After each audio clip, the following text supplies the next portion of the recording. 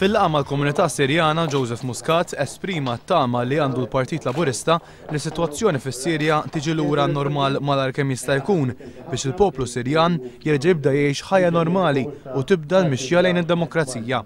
Il-mexxej Laburista feraħ li rappreżentanti tal-komunità Sirjana li ssieħbu membri fil-General Workers Union u deskriva dan il-pass bħala eżempju tajjeb ħafna ta' kemm l-integrazzjoni hija importanti meta titħaddem tajjeb. Żied jgħid li huwa importanti li d-drittijiet tagħhom jiġu mħarsa bħala ħaddiema li ħallsu t-taxxi u li osservaw il-liġijiet Maltin. Il-mexxej Laburista tenna l-appoġġ tal-Partit Laburista għal ġabra li se torganizza il-General Workers Union b'risq il-poplu Sirjan filwaqt li appella lil poplu Malti u Awċi biex juri s-solidarjetà tiegħu. Il-kellim ewlieni Laburista l-affarijiet barranin George Vella qal li dak il-mexxej li juża l-forza biex idur kontra n-nies tiegħu jitlef il-leġittimità tiegħu waqt li kkundanna il-vito tar-Russja u ċ-Ċina fil-vot fil-Kunsill tas-Sigurtà tal-Ġnus Magħquda. Segretarju Ġenerali tal-General Workers Union Tony Zarb li kien preżenti għall-laqgħa irringrazzja lil Joseph Muscat talli aċċetta li jiltaqa' mal-ewwel ma' rappreżentanti tal-komunità Sirjana.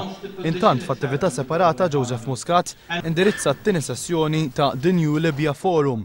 Qal il-Partit Laburista jħoss li Malta u l-Libja huma sħab naturali fejn ir-relazzjoni ta' bejn iż-żewġ pajjiżi għandha tkun mibnija primarjament fuq il-ħbiberija bin-negozju jkun riżultat ta' din ir-rabta u mhux il-prijorità. Il-viżjoni tal-Partit Laburista għal relazzjonijiet bejn Malta u l-Libja ġdida hija bbażata fuq 4 prijoritajiet. L-ewwel li pajjiżna jassisti lill poplu Libjan biex jiżviluppa foqsma bażiċi bħal edukazzjoni u s-saħħa. It-tieni li jitħaffef il-proċess ta' ħruġ tal-viżas fejn sħabna Libjani iħossuhom mill-qwa f'Malta li nassistu fl-iżvilupp ta' riċerka konġunta bejn istituzzjonijiet edukattivi Maltin u dawk Libjani. Bir-raba' priorità tkun it-twaqqif tal-Malta Libya Business Center fi Tripli li jkun attrezzat bil-faċilitajiet u s-servizzi kollha neċessarji.